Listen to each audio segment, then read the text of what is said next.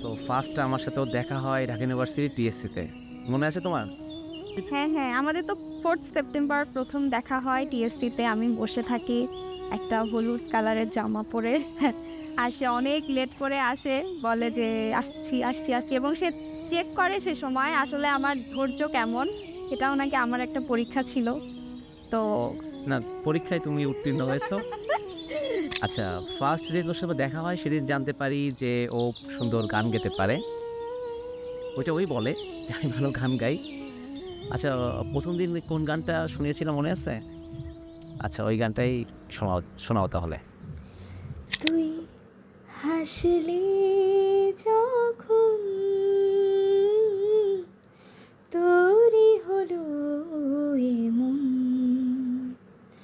তুই ছুলি যখন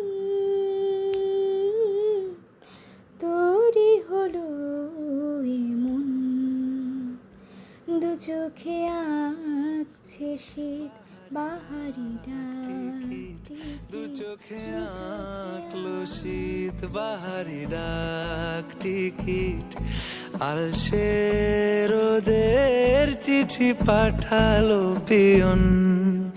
তুই ছুলি যখন তোরই হলো এমন।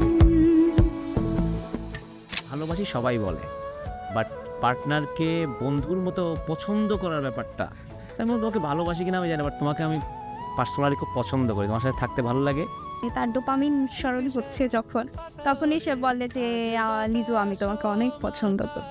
আমাদের জন্য এটাই ভালোবাসার সর্বোচ্চ অনুভূতি আমার কাছে। এইসব বলেই পটাইছে, বুঝছেন? এইসব লাইনগুলো বলেই পটাইছে, ভালো ভালো কথা বলে। এত কথা বলি যাকে চিনি আমি চিনি তাকে, এত কথা বলি যাকে চিনি আমি চিনি তাকে, চোখে চোখে কথোপকথন, তুই ছুলি যখন তোরই হলো এমন, তুই হাসলি যখন তোরই হলো ওর সাথে আমার মেইন সম্পর্কটা আসলে বন্ধুত্বটা।